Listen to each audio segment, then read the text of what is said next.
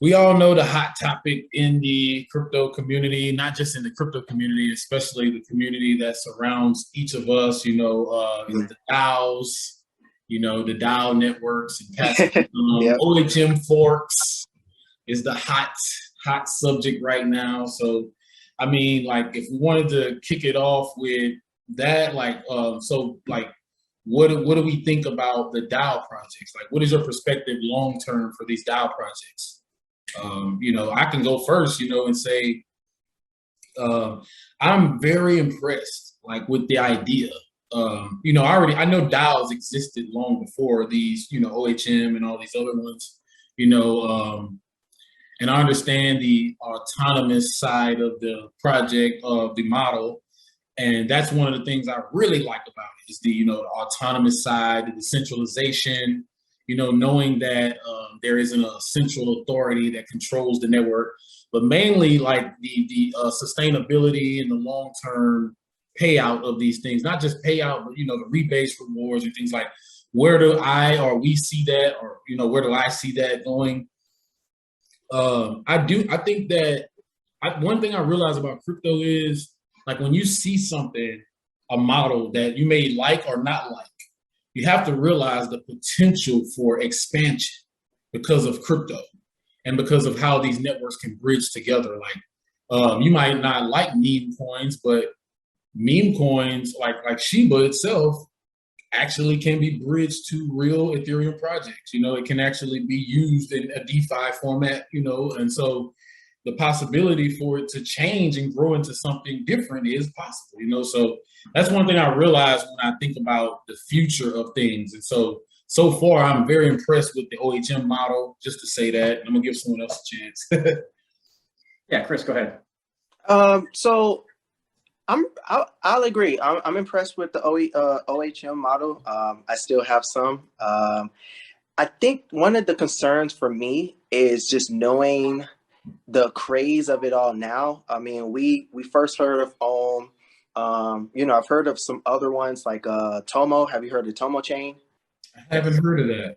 I Yeah, haven't. so Tomo Chain had a DAO, or at least they're releasing one soon. But I know that they had some projects that were that had DAOs on them, and you hear about all these different DAOs, and it's almost getting to the point where it's really hard to keep up with them. First I heard you heard Time, you heard Clima, you heard what was it, Nemesis? Yeah, Nemesis is new. Yeah. And then Heck, and I see a lot of individuals are moving over to Heck. I think it's just due to the fact that people are frustrated with Ethereum's platform. So it does give people opportunity to move over to other chains. But I think that in the long run, being realistic, I don't see a lot of these lasting a long time. But that's just me. I think that there will be way too many, anyone, it just seemed like anyone can make a DAO. And so I think that eventually it will get to a point where there will be a saturation of them. Mm-hmm. Yeah. Right. Yeah, I do get a little bit concerned when I see a abundance of something, whether that's meme coins and whatever the project is. When you get to this climax where, like Chris said, it's becoming almost too easy. You start to saturate the market so much that I do start to get a little bit concerned, because I know that we have to hit a ceiling at some point. And I do believe the 80-20 rule will kick in, where you'll have, for every 10 of these, 2 will kill it, 2 will do okay, and the rest will just die off. And there has been a few rug pulls with these. So I do get a little bit concerned when it's becoming too much, because it is becoming too much. I mean, I'm getting exhausted just keeping up with them. I mean, every day I probably have 2 or 3 that I'm seeing that I've never even heard of before. And sometimes you find the needle in the haystack where it's like, wow, this is very interesting. I found a couple of those already, as I alluded to. But, I think competition's a good thing. I want to see competition. I don't want to see 1 or 2 projects just take over the entire space. Just like, you have a tree, you can't just have one long, heavy branch. You've got to have multiple branches and then branches off those branches and leaves, and you have a healthy tree. So I don't want to see one or two behemoths take it over like you have, you know, the Amazon and Walmart, right? I want all the different stores. I want them all to be able to compete. So competition is a good thing. And I actually think the model that OHM created, the fact that that's the model people are copying is better than something that doesn't have much intrinsic value to it. So what they're doing is they're copying a model that is backing the cryptos. We know the whole story. They're backing the crypto. They've got a treasury system and all this kinds of stuff. I think where it gets a little bit on the ridiculous side, and when you start to see the top of a euphoric market, in this instance, just the top of this OHM fork stuff, is when you have something like Snowbank, where it's got such a long yield, you can't even fit the number on the screen. Okay, that's to me where it starts to get a little bit ridiculous, if I may say. And a lot of that, you know, when you start off with, I don't know, 900 billion, it wasn't even that, it was way bigger yield. It's really just to draw people in. And I want the project to draw people in, not necessarily just the yield. And there's obviously an early mover advantage for projects, and that can't be ignored, but I just don't want to see, you know, stupid yield just for the sake of drawing people in. I want the project to kind of speak for itself. So this is something I was thinking about, you know, because Critical Complex, you and I had such a great conversation off camera last time. We're like, man, we got to record that. That was better than the actual conversation. Right. So thinking about coming into just talking, I was thinking, you know, where is this cycle going to go, right? So, you know, for instance, we're in this cycle. Do you think we're going to end the end of this year? We're going to follow 4-year cycle theory where Bitcoin tops out probably November 16th. So maybe next month, next 30 days, it tops out. Altcoins start to run up with Bitcoin, but then they really take off when Bitcoin pulls back. That's kind of typically how it's happened. And then you have like this 16-month bear cycle where you have the bottom of the bear cycle, usually within that 16-month period. Or are we going to be having like a lengthening cycle, especially with this pullback that we're having right now, which I think is healthy? But are we going to have a extended cycle into the end of 2022? I'm even hearing maybe into 2023, or are we going to be ending here in the next 30, 60 days like we have been historically? What do you guys think? I would like to touch on that because I look at things from a psychological perspective, and I look at I'm going to kind of touch on what we were saying a minute ago about the DAOs, how it's kind of getting ridiculous, right?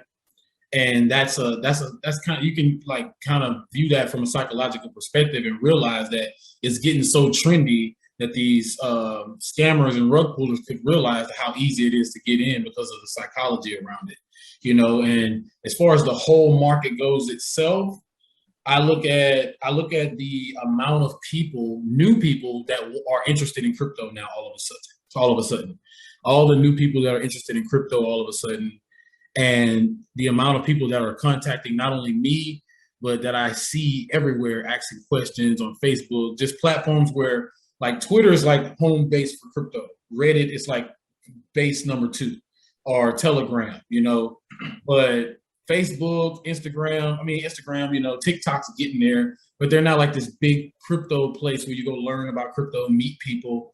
Twitter is the place. And I'm starting to see crypto on other platforms, and you know, the psychology is spreading out. So not to say that the bull run isn't over or going to end soon, or maybe could extend to 2023. I do think it's a possibility because of the new interest for DeFi, the new interest for cryptocurrency that's, you know, just coming all of a sudden. I don't think it's mass adoption, but I do think that that is like one of the birth stages of mass adoption. I noticed that like when I've talked to family or friends, I can go on for hours, and sometimes I realize it. I'm like, oh shoot, time is really moving, and I must be talking too much. Let me slow down.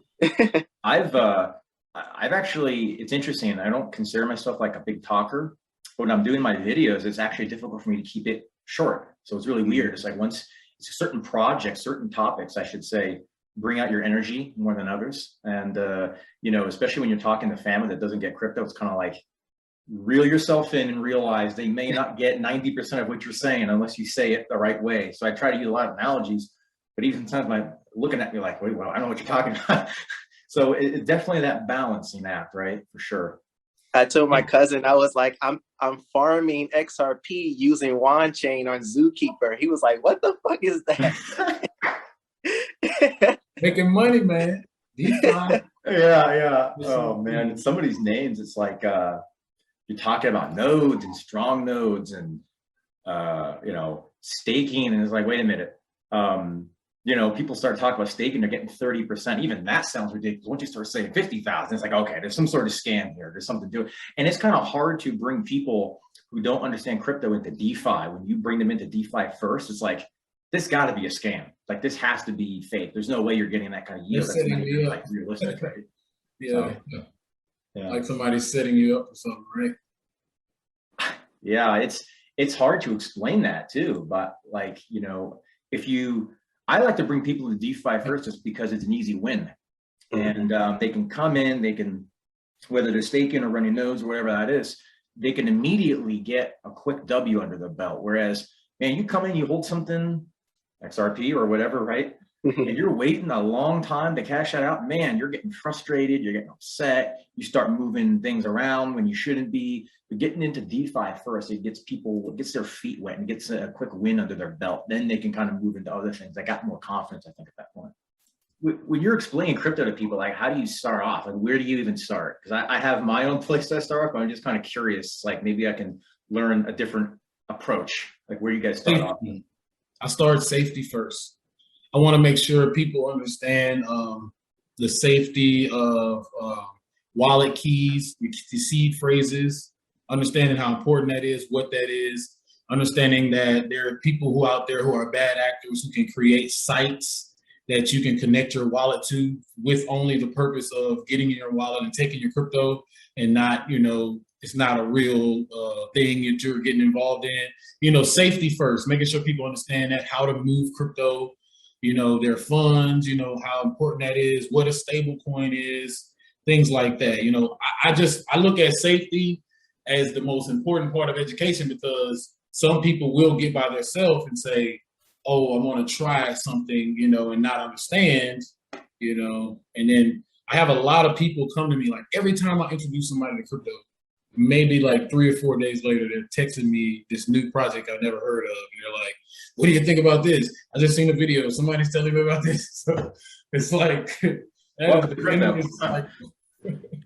I typically start with just kind of like the classes, because I'm starting to be more of a teacher in that regard. So I kind of start more of a rudimentary understanding of the blockchain technology of itself.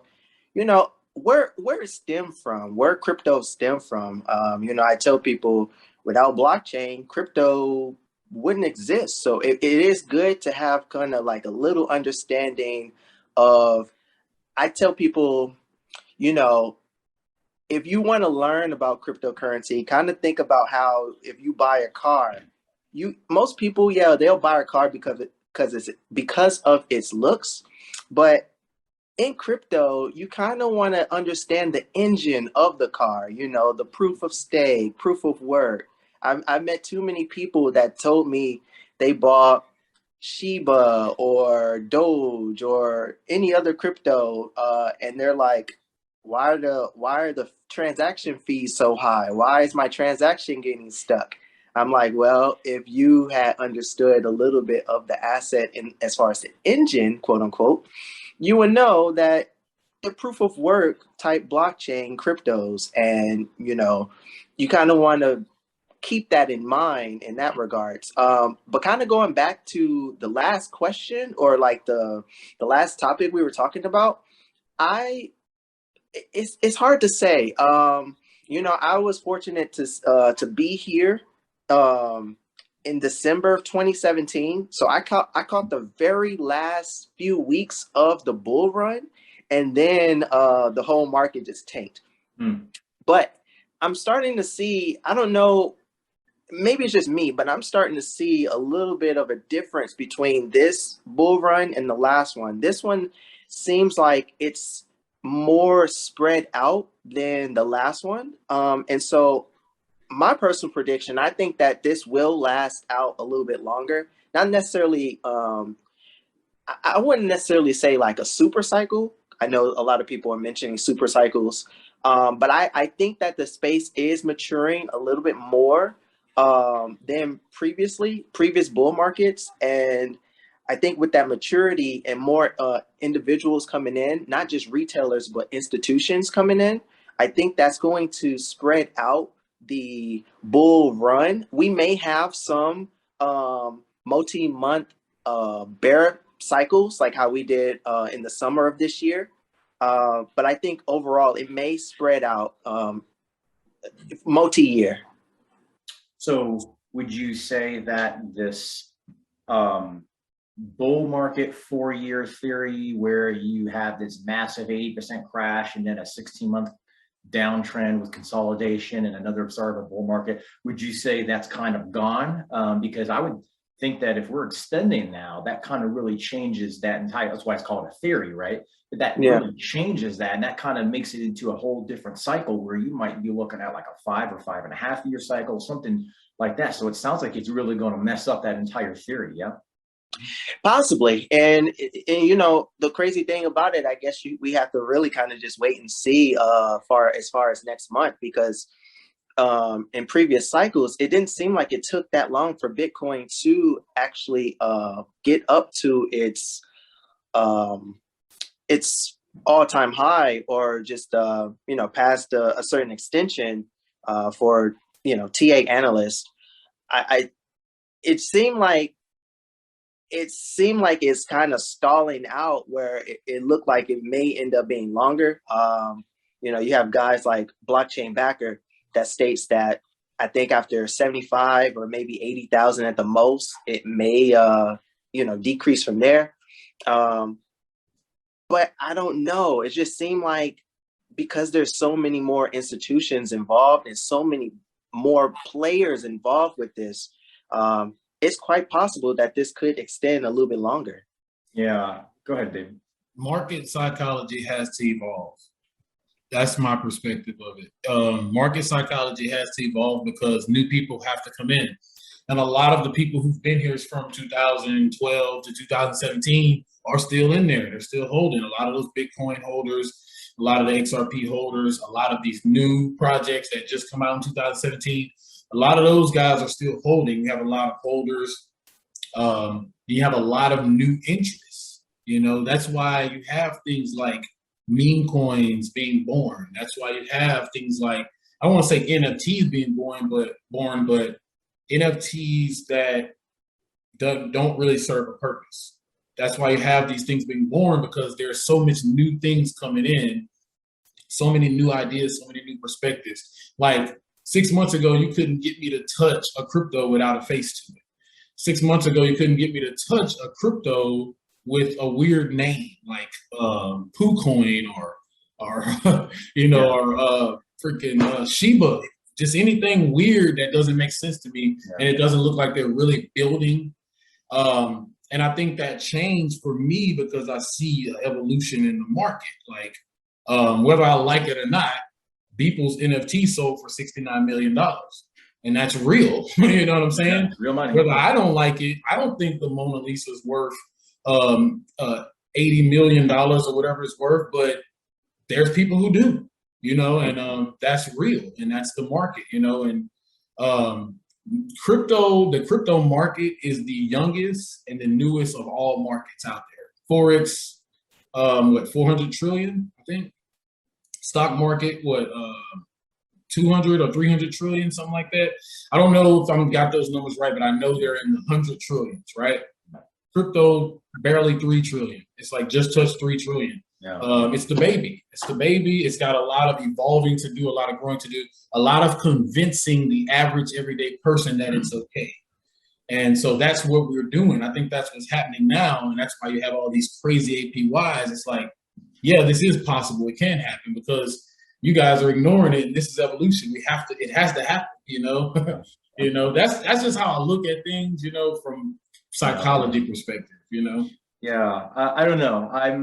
I'm still sticking with 4-year theory right now. However, it seems like when you're comparing past cycles to this cycle, it looks like a couple weeks behind, just chart wise. Now, history doesn't have to repeat, but it rhymes. I'm kind of sticking with 4-year cycle theory. However, as time's going on, I'm looking at this saying, okay, if we don't start making a big move here pretty quickly, I'm going to be changing my position on that, just because, you know, there's not as much money in this. I don't want to get into the, well, this time's different, because a lot of people say this time's different. It always crashes. You got this whole meme, this time's different, but this time is different. I mean, you can't ignore that. I mean, we here talk a lot about passive income. The fact that we're talking about passive income is because there's innovation. If there was no innovation, you wouldn't have NFTs. You wouldn't have nodes and, you know, staking with DAOs and treasury systems and all kinds of stuff. And now you're seeing physical items being tokenized. I mean, that's a sign of innovation. So when you talk about subjects like what we're talking about here, that's because the market's changing, the market's maturing, and it's got a long way to go. I mean, I don't know how accurate the hundreds of trillions were for those markets, but I know derivatives is in the quadrillion, at least, if not more. Or trillion, I meant to say. Quadrillion, right? Yeah. You mean the stock market? No, the derivatives on the stock market it's at least a quadrillion. I'm pretty confident of that. Right. If things just get tokenized, because inflation is running so hot, where are you going to put your money? Like, where is there to put your money other than cryptocurrency right now? I mean, gold and silver is great, obviously. I think that's a protection, but at the same time, if you want to really keep up with how hot inflation is running right now, I don't know where else you put your money, to be quite frank with you. And so you know, when you have this type of innovation, it's going to change the market. However, I will also say these big institutions need liquidity. They need exit liquidity at some point.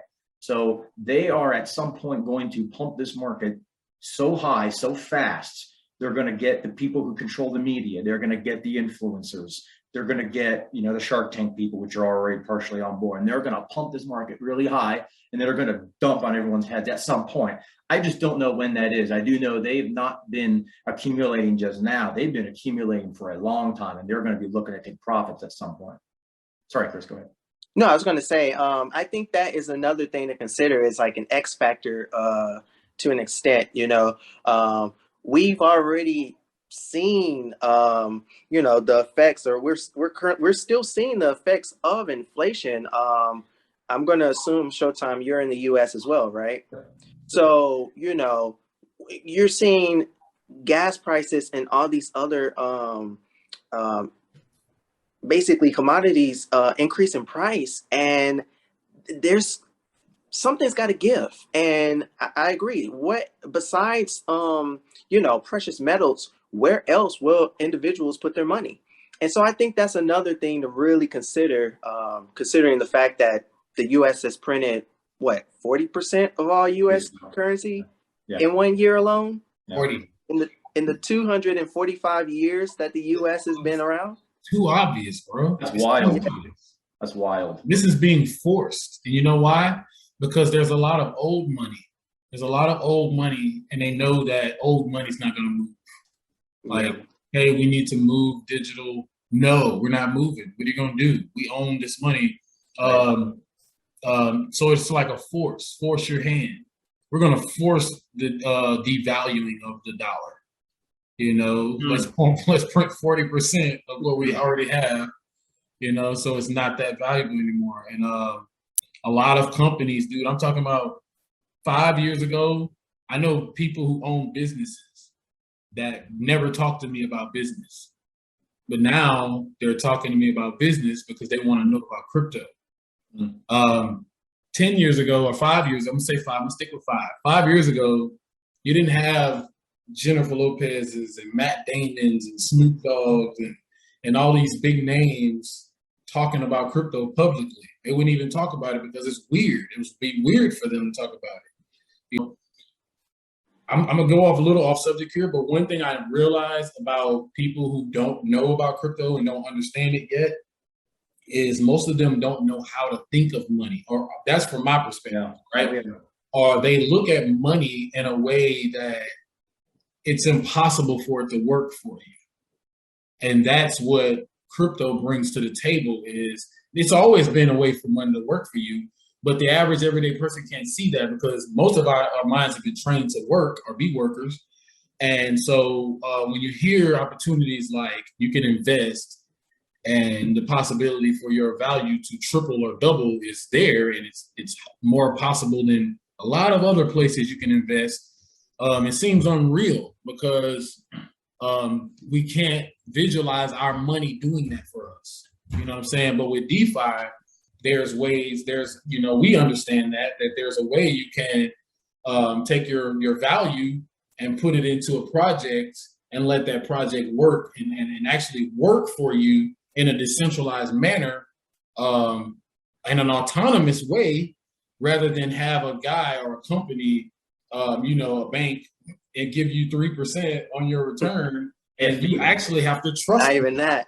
And just as well as I know, they're actually using your money. Sure. It's like I'm gonna do one more thing, and I'm gonna let you guys go. All right.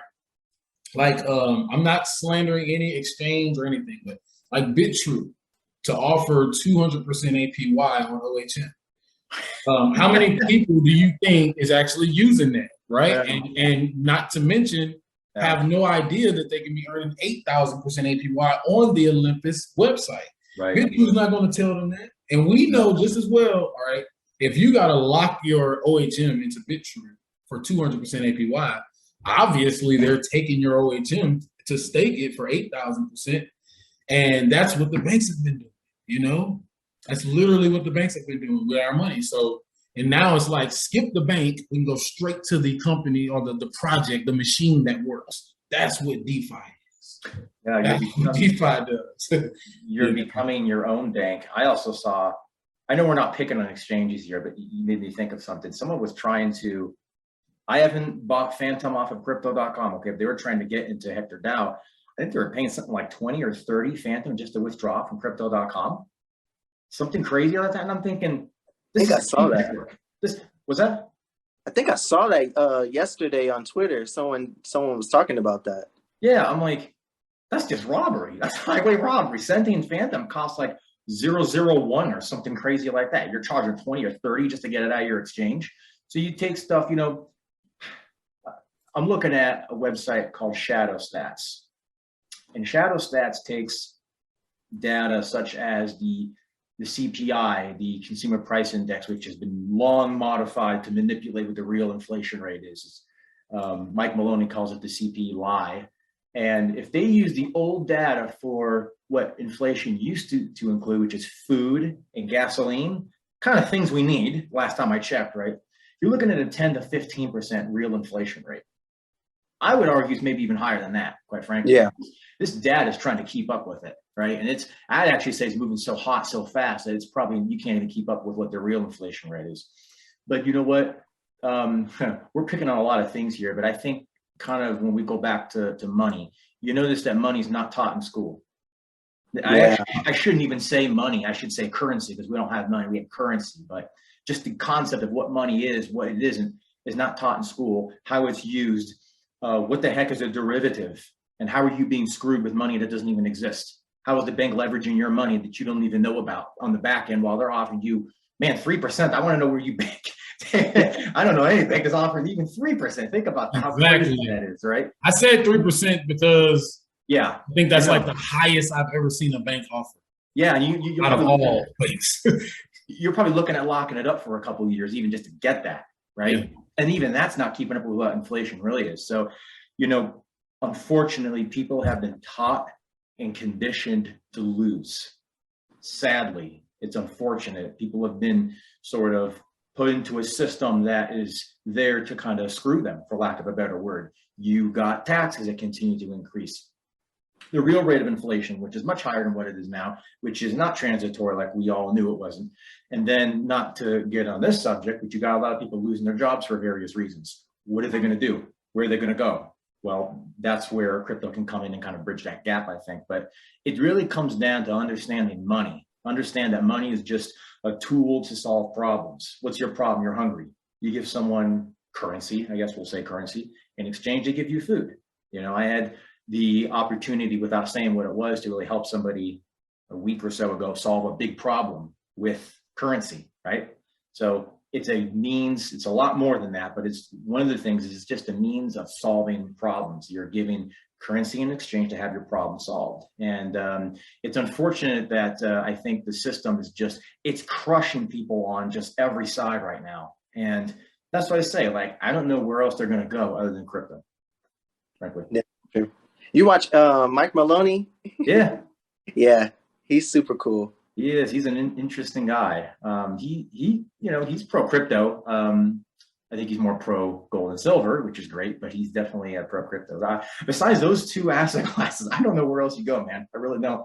Yeah. I personally think, because I believe in the proof of stake consensus mechanism, and because I understand blockchain, I personally think that Bitcoin is a better store of value than gold.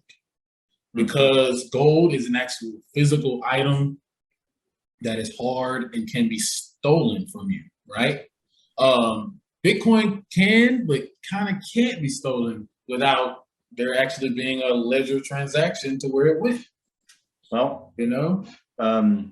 it seems like, I mean, I don't know the science behind this, but it seems like they're always finding more gold. Kind of, it just appears that they're finding Because more the gold. earth creates it. Right. I know gold is involved with the sun in some fashion. Silver is involved with the moon in some fashion. And it does seem, you know, you have companies that just do mining. You've got mines where they're pulling up more and more precious metals. So there's kind of sort of an infinite supply. I don't know if we know that 100%, but we know that crypto, Bitcoin specifically, because we're talking about that, has a finite supply, right? So it is deflationary. You can't just keep digging and finding more. It seems like they never stop. So all I'm trying to say is, I mean, I don't know if I take either side of the argument. I kind of lean a little more towards crypto, even though I'm a big silver bug, but I lean more towards it because it's deflationary. In an inflationary environment, you want something that's deflationary.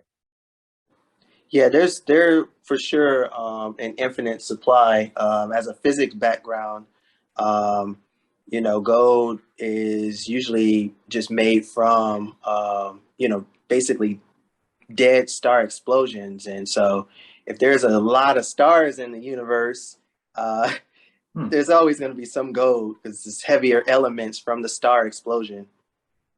But, you know, with Bitcoin, there's a deflationary aspect to it, in which I definitely see way more advantages of having Bitcoin than gold.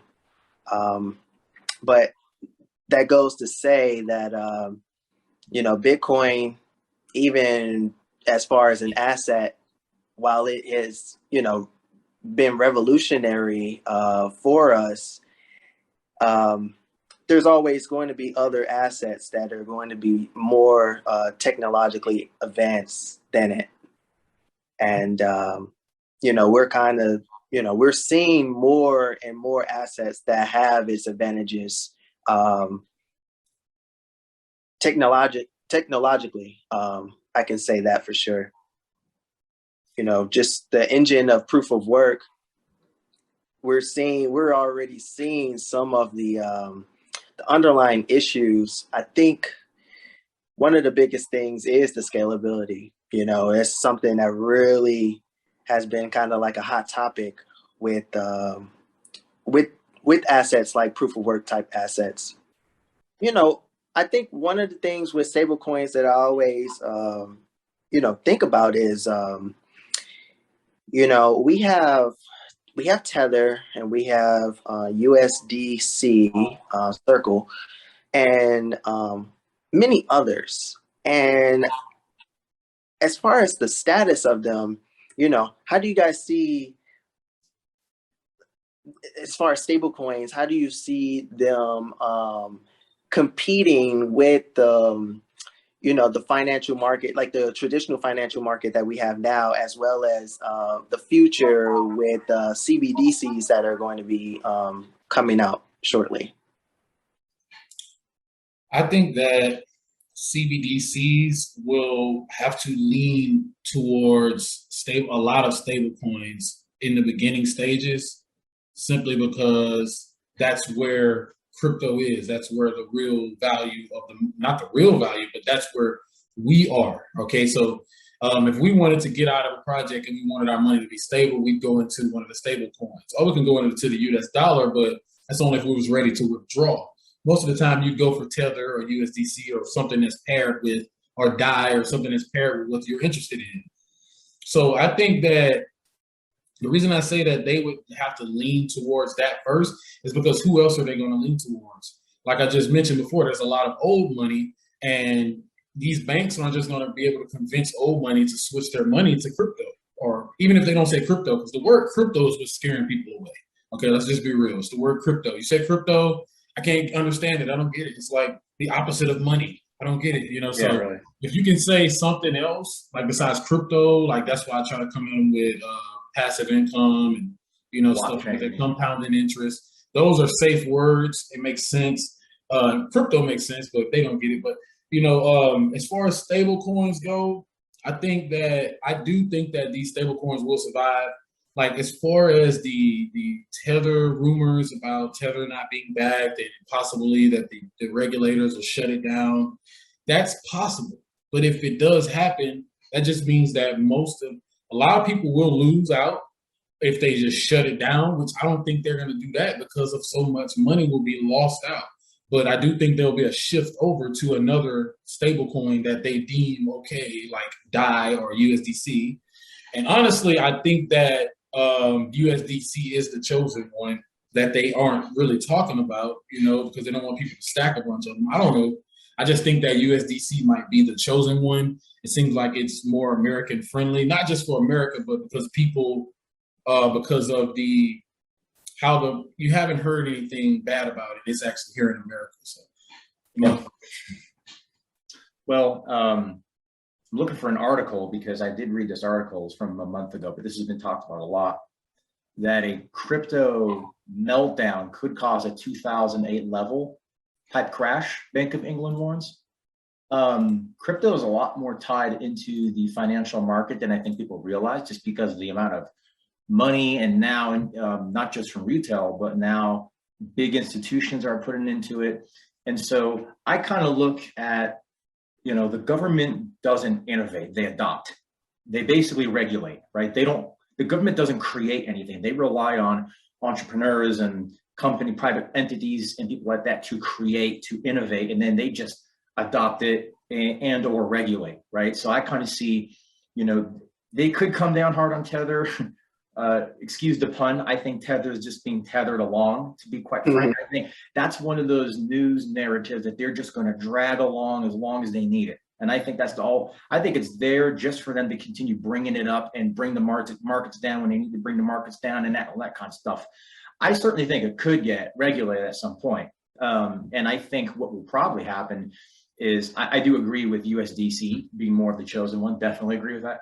But I actually see the government working with a lot of this technology and adopting it. Now, whether the US is being behind the rest of the world in innovation purposefully or not, I think it's a little more purposefully, is another question. But I think that when they actually do catch up, they're going to bring USDC, you know, probably just USDC, but there will be some sort of adoption and regulation that will use it, right? And yeah, that word crypto is pretty scary. Blockchain's a little bit of a safer word, though I don't know how many people really understand what blockchain means. But I think this narrative of money's dirty, you know, germs could even spread to precious metals, frankly, right? Could spread to physical things. So when you have something like a blockchain stablecoin that you don't have to touch, other than, hey, here's my phone, I'll pay, or here's a card, I'll scan the card or whatever. That to me is kind of where the government's going. They're just going to adopt, because the government doesn't create things, they just regulate.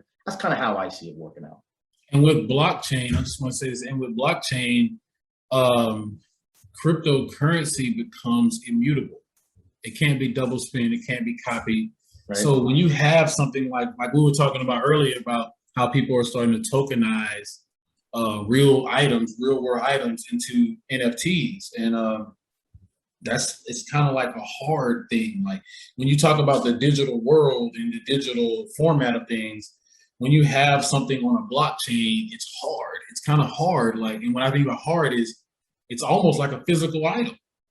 Like if I can take one XRP and move it from here to there, and it cannot be copied or duplicated or doubled like the MP3 file, it's almost like a hard thing. You know, it's like, it's almost like an item that I literally have this pen. I can turn this into an NFT and attach this NFT to it legally by, you know, if there's a way I can do it, I have to probably do some paperwork and get it notarized and put it in a bank vault and stuff, but it's possible. You know what I'm saying? So you can make hard items, and not just making hard items, have your money. Like, it's hard money.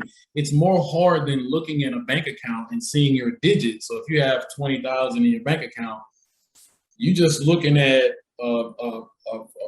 one web page with some CSS on it. It's not like you have hard money there. The bank isn't like, if you withdraw $500 out of your bank account, the bank isn't going into your account and taking $500 out. You know, it's just a system that shows you numbers, and at the end of the number, they'll tell you what you still have according to, you know, what they have in their system. So, but with crypto, you have a hard value. It's like having this dollar in my hand and having $1 worth of crypto is literally almost the same exact thing, because it's immutable, because these transactions can't be redone, they can't be duplicated, double spent. Can't be hidden. So, and look, I would have to physically mail you $1. I could send you XRP in 3 seconds. Yes. And that just goes to go along. Like, I hope the word evolution is safe here. I'm not talking about the evolution of mankind, but I'm talking about the evolution in a psychological format, because we do evolve in our minds. Like, the things, I'm going to get a little off subject here, but the things on this planet, like the things that we use to build this computer, to make this shirt, these glasses, this pen, these items have been on this planet for billions of years. But in the last 400 years, we've been using them and shaping them and making them into what we want them to be. So we've obviously are going somewhere with human psychology, and crypto, not just crypto itself, but blockchain technology as a whole, the whole pot of blockchain, crypto, NFTs, passive, all that stuff, DeFi. It's a part of evolution, the evolution of human psychology, because, we found another way to use our money, just like we use messages. 25 years ago, I couldn't be on a Zoom call looking at you in whatever state you're in and whatever state you're in. I had to actually come meet you to see your face, you know what I mean? And that would take a couple days. But now we've got it to where I'm sitting at home here in Louisiana. And so we're literally doing this with money right now. That's what we're doing. Like, we couldn't do this with money. Like, we couldn't see each other and hear each other's voice and actually record this meeting and present it to people to see on a channel. Like, this wasn't possible 25 years ago. And now it's possible, and it's becoming normal. And that's where money is going. And that's what people need to understand. Kind of to add on to that, I tell people that I teach that, this is a very amazing period of time, because this is the first time where technology and money is being integrated seamlessly. And there's no other time period that you can think of where this has happened. And so getting into this type of asset class that is still very young, it's probably in your best interest to do so. At least what I tell people that at least $100. I've told people, I said, hey man, invest $100. If you lose $100, I will give you $100. I said, I bet you're gonna make $300. I bet.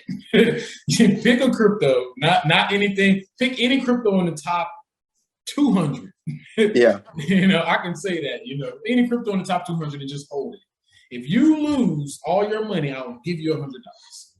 Look, that Yeah. probably depends on how much ohm you have. You probably could give it to them in like a day. All you gotta do is just save it.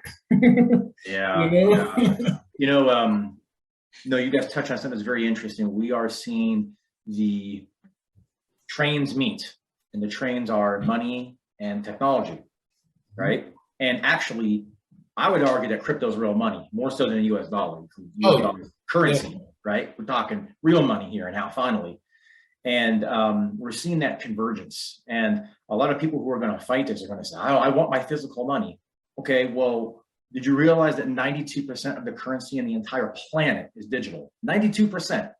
8% of the entire world's currency is actually physical. Okay, so it's already there. So what they're going to do is they're going to just migrate stable coins in. You're going to have a stable coin because those people, what do they do? You're using Samsung Pay, you're using Apple Pay, you're using a credit card. You know, how many people carry cash around, especially now with the narrative that it's dirty, right? And you know, if people were to ever actually find out that when you go in there and you look at your bank account, fractional reserve banking, you know, you have a system in which only a fraction of the bank deposits are actually backed. Okay, what if I told you you have something called cryptocurrency, whatever word you want to use, pick any one of these DAOs, okay? You have money that's actually backed by other money. Okay, you have, like I was telling David last time, you have this convergence of the gold standard with DeFi, right? That's kind of what I'm seeing. I'm seeing almost a return to sound money. There's all sorts of dangers that this comes with, you know. There's nothing stopping them from being like a fractional reserve stable coin thing down the road. They could certainly do that in some fashion. They can find a way to screw people over. They're going to find a way to instantly tax you. They're going to do all sorts of stuff. So it comes with its dangers, but it comes with its benefits. It's sort of a return to sound money in a way. It's just not physical. Although when we start talking about things like NFTs and all this other kinds of stuff, we start getting into the physical aspect. And to me, I just see a digitization of everything physical. And that's what you're seeing with real estate. That's what you're seeing with paintings, cars. I know Kevin O'Leary is trying to start a watch thing with NFTs, right?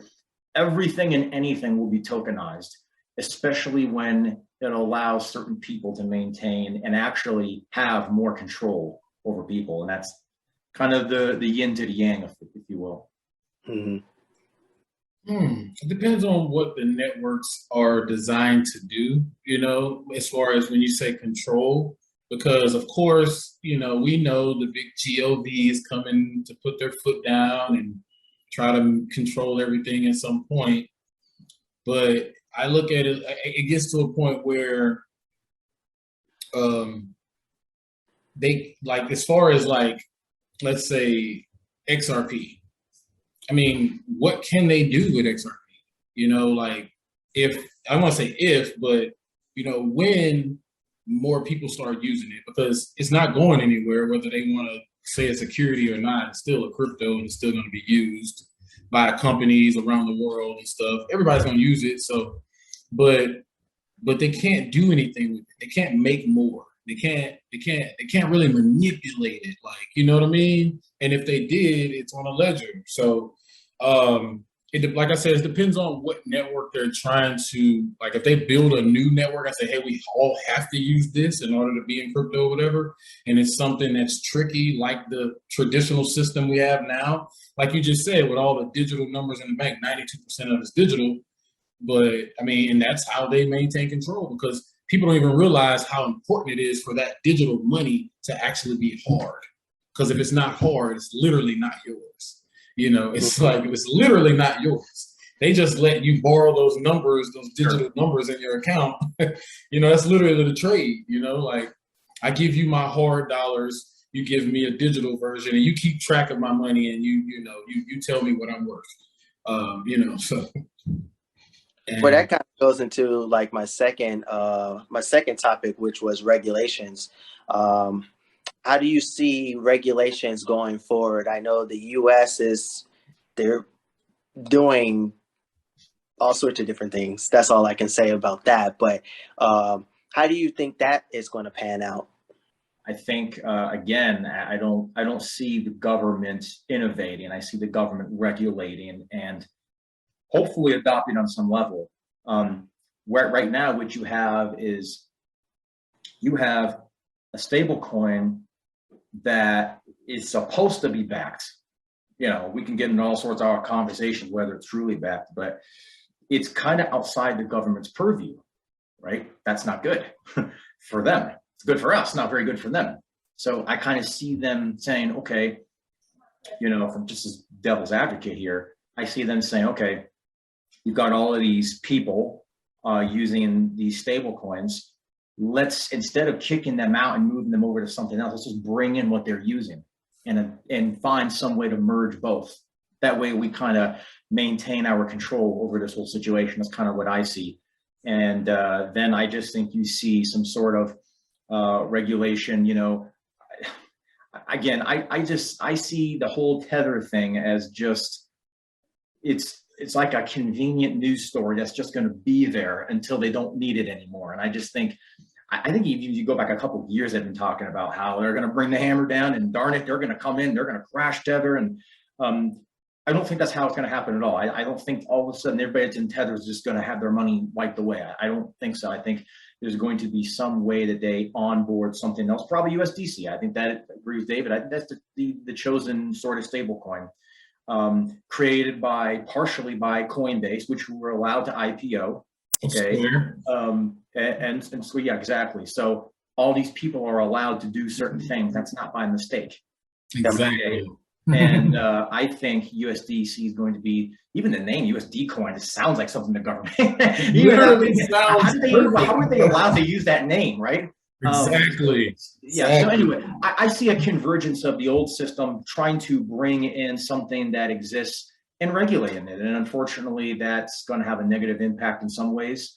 Like I said, I think, you know, I don't personally think they're going to have a public ledger for something like that. That's just my opinion, because you ever get someone's wallet, you're going to know how they spend all their money. So I think the government's going to see that, but I don't think any of us are going to see it. They're going to find some way to take something that was created in a freedom mindset, and they're going to find some way to adopt it. Unfortunately, that sometimes means they crush the independence and the freedom of it. That's just kind of how that works. They're going to try to centralize it. No. I look at regulations. I think that I agree with a lot of what Showtime just said, as far as they're obviously not that creative. They're not going to be creative. The only thing they can do is hire developers, high-tech developers, to tell them what they want.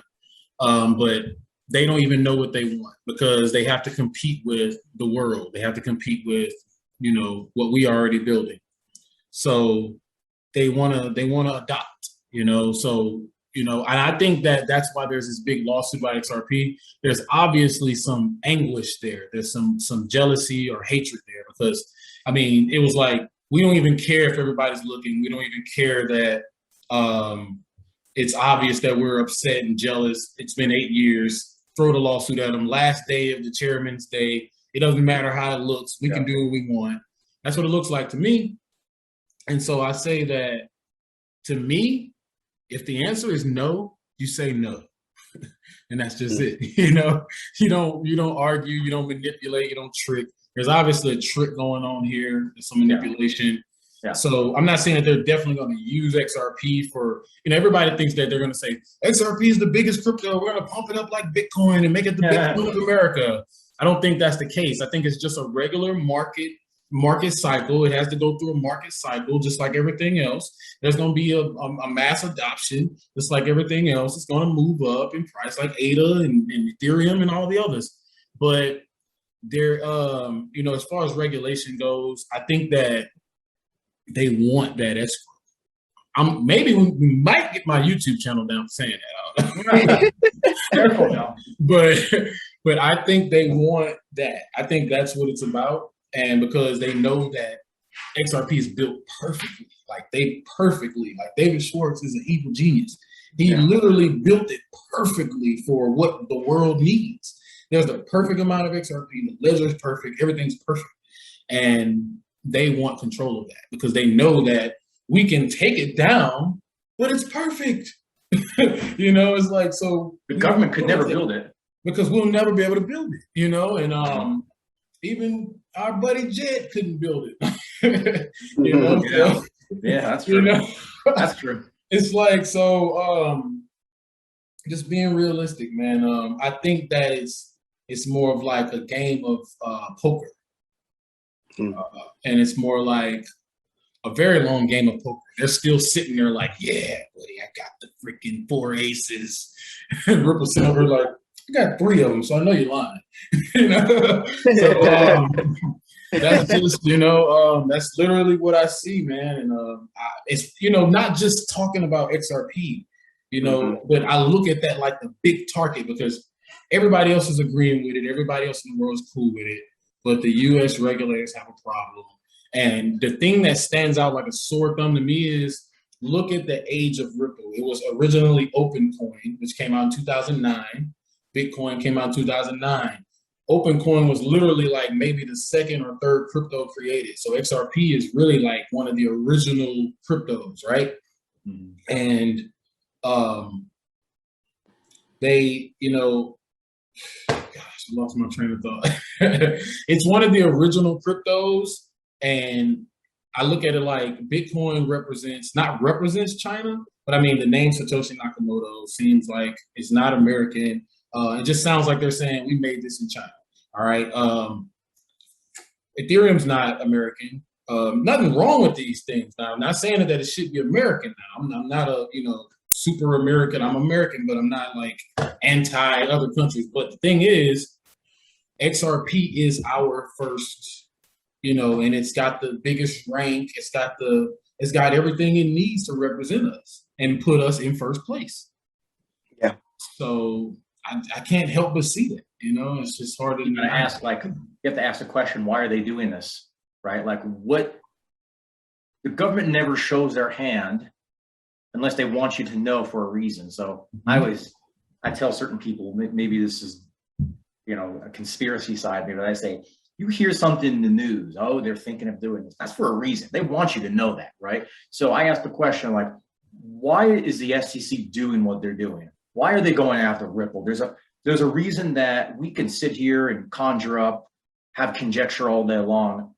I can't say I know specifically why, but it's not for what you're hearing. It has probably nothing to do with, oh, well, we think they're a security because they did this and this. No. There's a reason why they're suing it, Ripple. There's a reason behind the shenanigans of bringing in another chairman who's supposed to be pro-blockchain, right? And then he's just doubling and tripling down on the lawsuit. And the SEC is looking foolish every time I read an update on the thing. They're looking dumber and dumber every single, like, this is all for a reason. You have to realize there's always a narrative. There's always a narrative that you don't know, but you have to kind of watch it play out. Just know that what you see and what you hear is not what's really going on. There's usually an ulterior motive. I wish I knew why, but it's certainly not what we probably think it is. There's more to it. I think that it's and kind of go along with the escrow thing. And this is definitely a conspiracy theory on my end, but I would say that because proof of work blockchains allow for individuals to mine, tokens or crypto to validate transactions, and the miners are rewarded. That would be beneficial for the winners or the miners that actually are able to get those rewards. But with XRP and the XRP ledger, there's no way of doing that. And so it does create a even playing field where no one's rewarded, even with the validator nodes.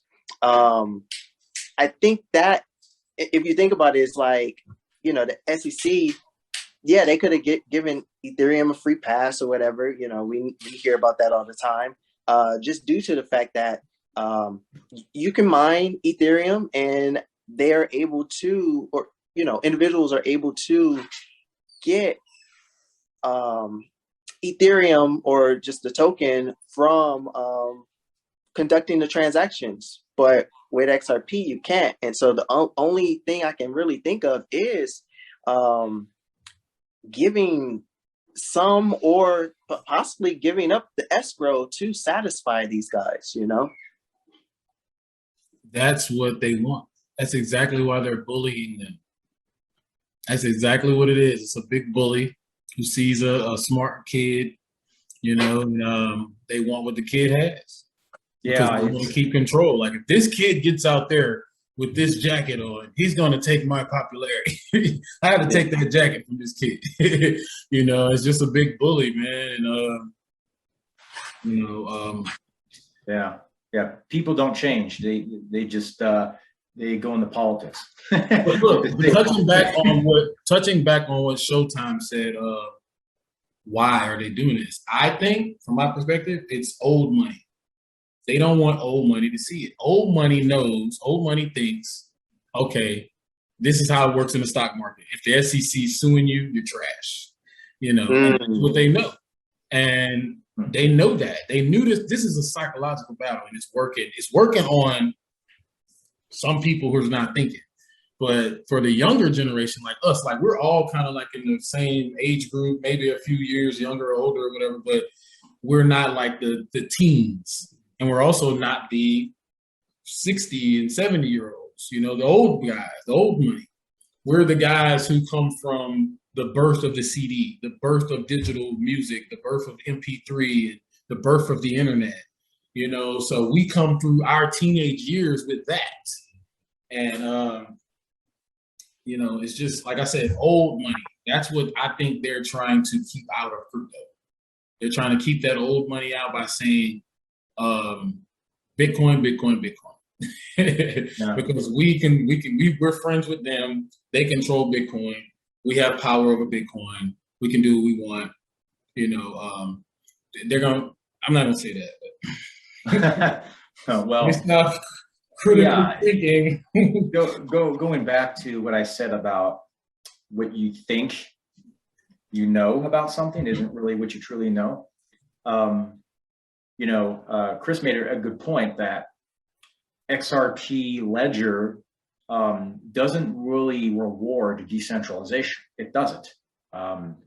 It's decentralized on a certain level, but it doesn't like reward decentralization. Okay, there's no miners, there's none of that stuff that's really happening. So what if the government did control that, right? Like who wins? Well, they win. I mean, they're the winners. And when I see things like, oh, you know, look at what who's the chairman? Clayton, right? Clayton, yeah. He went to an Ethereum Alliance thing, and they'll look at the government's given Ethereum a pass. What if that's what they wanted you to think, right? Like, do you think you really know what's going on? That's always asked the question. What if they want you to think that they've made Ethereum the winner, okay? Because they want the dumbed down masses to see the story that they want you to see. They don't really want you to see what's actually happening, right? Mm-hmm. And, you know, maybe that's a side of me that's very untrusting of the government, but hey, I'm untrusting of the government. One more thing, let's talk about Euphoria. All right, so do we think Euphoria is close? Do we think this is Euphoria with all these 200,000 APYs and 8,000% APYs? I mean, we understand why it's possible, and it seems mind-blowing because of the number format, but that's only mind-blowing because our minds have been trained to think that 3% was great for us, you know? But like, you understand how the DAO model works. You understand that it's decentralized, it's autonomous, and you understand what it is and how it's possible. These tokens are minted from the network. We get that. But do you think that has like these crazy numbers that are coming out and all these ENU coins, you know, all this, you know, these crazy NFTs that are selling for like half of Ethereum and all this stuff? Like, do you think this is kind of euphoric, or do you think that this is just a part of the, you know, next step into where crypto is headed? Chris, please. It's actually a really good question, because that will also tie in with as far as the bull market cycle and as far as like how it ends. I think we are seeing the euphoric phase right now. I mean, it's quite obvious. I mean, when you got individuals that are able to sell NFTs for millions of dollars, and we have these DAOs that are like generating ridiculous yields, I would I would think that we were in the euphoric phase, but I think that I still think this is still the beginning. I think that there's still there's so many more players and individuals that once there's so much more adoption and more individuals started learning about it, who knows how ridiculous this market could be. You know, if you're the earlier the better. You know, individuals that have been in this market for years, you know, they're definitely going to be the ones that reap the benefits in the long run. Just because of the fact that I think that we still have so much more to go with this market and the technology that individuals are creating virtually every day. There's always something new that's going on. I think that plays a part of it as well. Do you think we're in the euphoric stage, and how do you feel about, you know, all this new stuff and, you know, takeoff? Yeah, so it's like how we started out talking about all these DAOs and OHM forks. I start to get a little concerned when it becomes too much. I start to get concerned when the NFT thing becomes too much. I get concerned when the meme coin thing becomes too much, because it makes me wonder, okay, how much further can we go with this? There's a ceiling for everything. The ceiling, sky's the limit, okay, fine. But there's a ceiling to this euphoria, okay? There's a ceiling to this rise. So I get concerned when I see it kind of accelerating a little bit too much. But while I'm a believer that, hey, 4-year cycle theory, end of this year, we're gonna see our top, my opinion is going to change, like I said, pretty quickly if we don't start moving here pretty fast. That's part of me wonders. I mean, to really get to those numbers, 200, 250K Bitcoin, then in a year, next month, we got to move really big, and really, you got to have like $20,000 candles, like crazy type of stuff. If that doesn't happen, this market to me is just like a rubber band that's being pulled back, and it's being pulled back further. And so you stretch this out another year plus. I mean, this rubber band is going to be pulled back so far, but by the time it releases, it's just going to be, it's going to make probably previous market cycles combined look like nothing. So it's sort of like you want 100 grand today or 10 million a year from now kind of situation, right?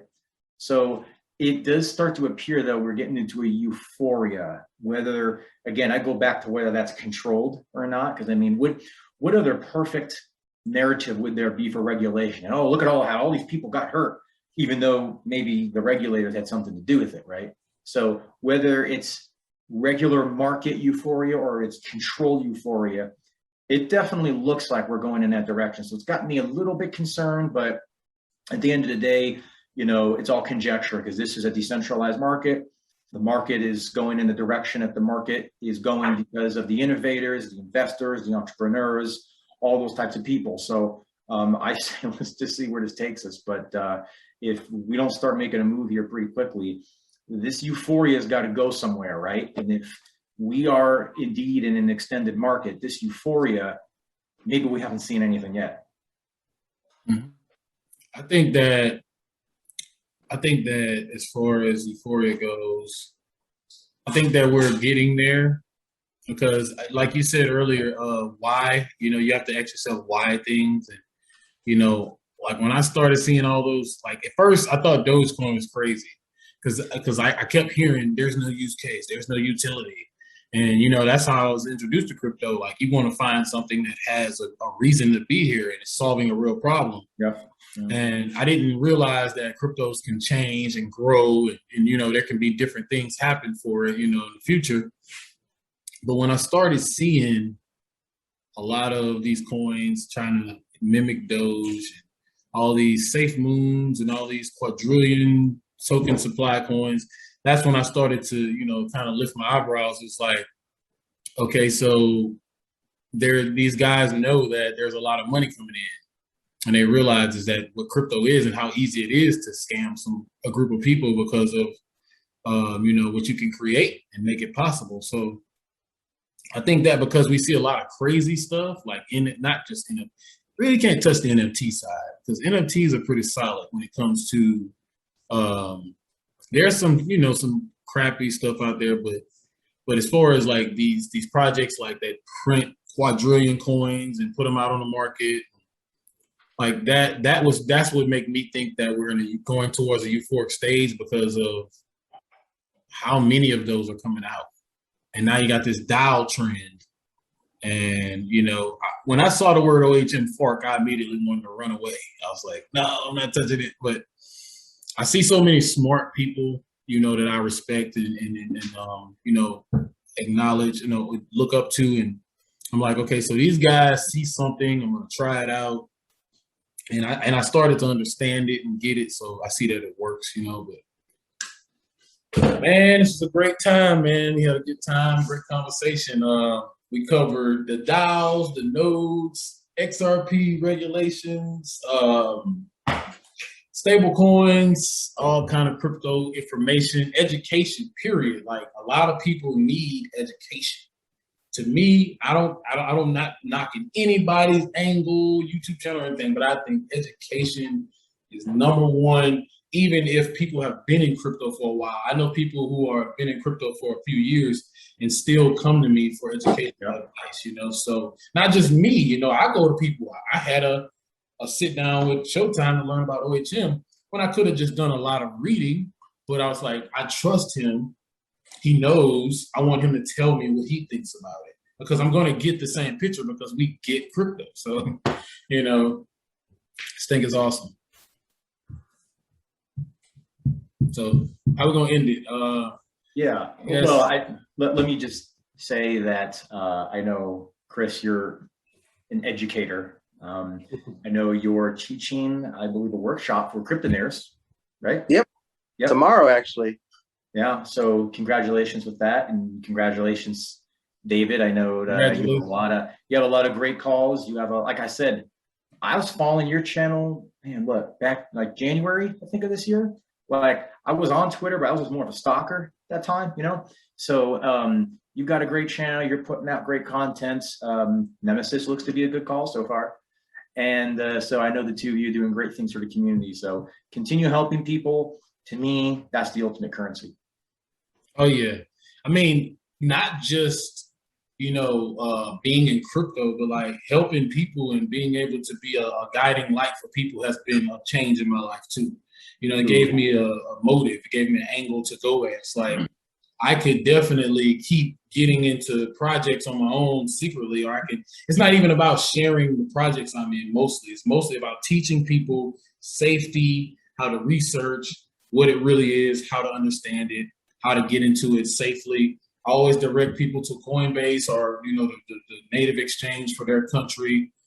Start there, make your account, invest, put you some money in it. You don't have to buy immediately. Don't buy in the green, buy in the red, especially if something that has a name to it. It has great tokenomics and it's down 25, 30 or 40%. You better buy it. That's not necessarily, but that's just, like kind of what I share with people. But so Chris is going to be starting. I don't know if you're going to start a YouTube channel. Are you starting a YouTube channel? I'm like I said, I'm still thinking about it. I've had so many individuals like you and Showtime and my sister and my mom. I've had a lot of people, convince me to do so. I think the reason why I haven't done one just yet is because I don't know. I think it's just me being on Twitter a lot. I just seem like that platform of like actually being on there and starting off has helped me so much that I always kind of just run to that as my just my base. But I wouldn't mind making one. I would say the challenges would be how I would put my content out there, or what content that I would actually present. And so that's something I would have to like actually sit down and think about if I wanted to do so. So I would definitely take some pointers or advice from either one of you guys, or just kind of share like some experience of like maybe some of the hardest things to kind of look out for, or whatever the case may be. Well, I'll just jump in for a second. I think, when I put content out, I always ask the question, okay, if I was in the other position and I'm wondering about this, how do I want this person to speak to me to help me understand this? So I always put myself in the position of, hey, I don't know this. Tell me about this, like explain it and tell me all the things I need to know. I would say be genuine and be yourself. I'm not a fan of putting on a fake face or a fake persona or being unethical or doing things, hey, go buy this, but while I'm dumping it, right? If I'm dumping it, I'm going to say, hey, I'm dumping it, and here's why. If I'm buying something out, I'm buying it, here's why. This is what I think legitimately about something. This is good, this is bad, this is the good, bad, and the ugly. And I think taking that approach sometimes, you're going to take heat from people because they're going to say, oh no, either they're paid or whatever. And they're going to say, no, you're being paid for this, or you don't understand this. It's like, no, look, I'm going to be real to myself and I'm going to let the chips fall where they may. And either people accept that or they don't. I don't think it's a good thing to try to put on this fake mask and be somebody you're not, because you're not allowing your true, genuine authenticity to come out. You're not, people can sense your energy. I've heard people say, I don't sell anything, but I've heard people say, hey, you want to increase, your sales as a salesman, believe in what it is you're selling, because people pick up on your energy. If you don't believe in it, how are they supposed to believe in it? So I just stress being authentic and being who you really are. And it seems like you are. So I hope everybody enjoyed the Passive Income Show featuring LeftyChris, and we'll see you guys next time.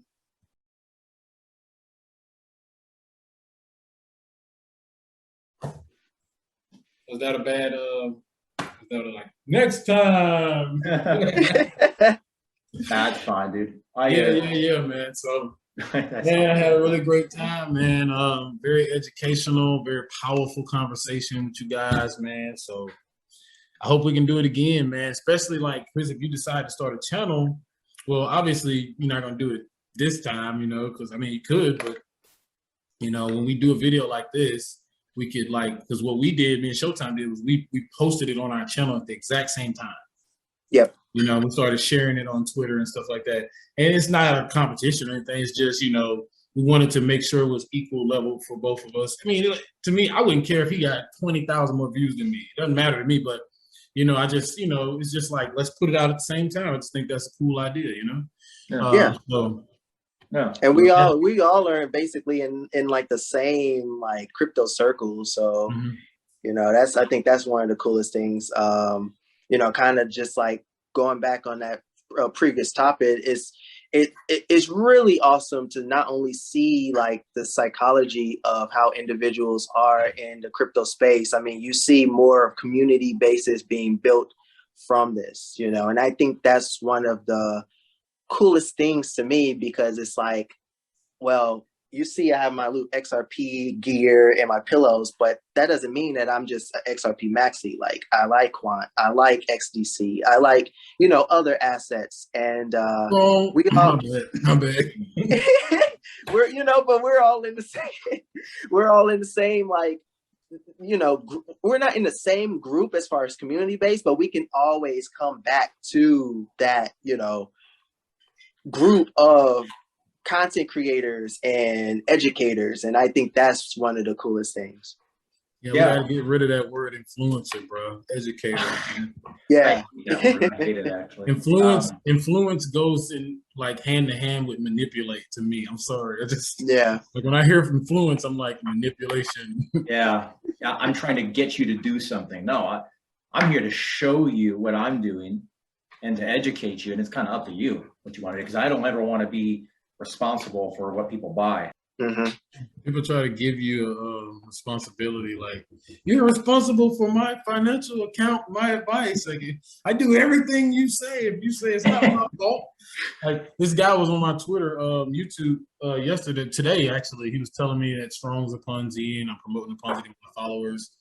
And I told him, I said, hey, go talk about this on your page. If that's what you feel, go save people on your time. Don't come on my page trying to say, as long as it's one thing, I'm saving all of your followers from you. Like, first of all, my followers, like, I want people to subscribe to my channel and I want people to follow my Twitter, but they're not mine. Okay. Yeah. Like, I don't own these people. Like, all right, give me a second, guys. Thanks for joining us, Chris. I thought you added a lot to the conversation. I didn't know you, actually, I think I did know you had a physics background at some level. Yeah, I ended up getting my bachelor's in physics in December. So it's crazy how next month will literally be 1 year since I graduated. Now, I've already decided I'm not going back. That bachelor's was hard enough. I know some individuals that have their masters, and it's pretty gruesome, I will say. So I'm done. Are you, if you don't mind me asking, are you using physics in your career, or are you heading in that direction, or? No, I mean, I've literally been fully